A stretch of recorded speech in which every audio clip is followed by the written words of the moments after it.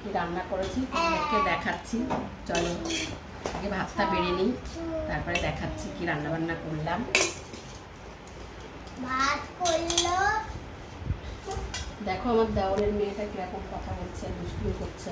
এই দেখো, এই যে লেবু, কি লেবু গো এটা? গন্ধরাজ লেবু। গন্ধরাজ লেবু।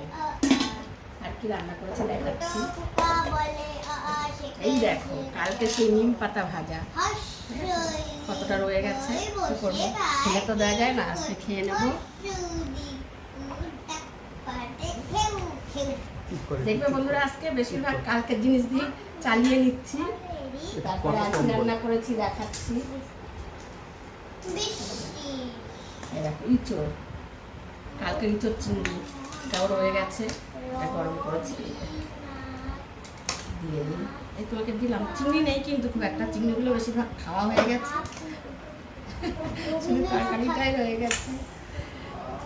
আর কি করেছি দেখো, এই দেখো এটা হলো কালকে ইঁচড়ের তরকারিটা, কালকে ইঁচড় চিংড়িটা, এটা পালং শাকটা আজকে রান্না করেছি। এই যে মাছের ডিম দেখতে পাচ্ছ, দেখো মাছের ডিম দিয়ে আসছে, মাছের ডিম দিয়ে পালং শাক দিয়ে আলু দিয়ে বেগুনটাকে চচ্চড়ি করেছি।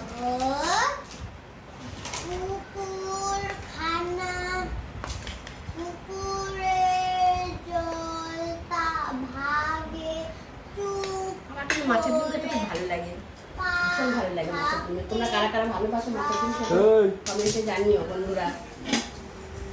আর এটা হচ্ছে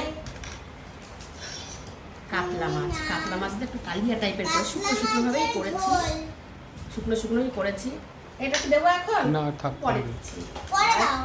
আর কি করেছি দেখো, এটাও আগের তরকারি, এটাও মাছের ঝোল। এই দেখো এটাও কাতলা মাছের ঝোল। এই দেখো ডাটা দিয়ে, সজনে ডাটার আলু দিয়ে করেছিলাম, সেটা রয়ে গেছে ফ্রিজে, সেটাও গরম করে নিয়েছি।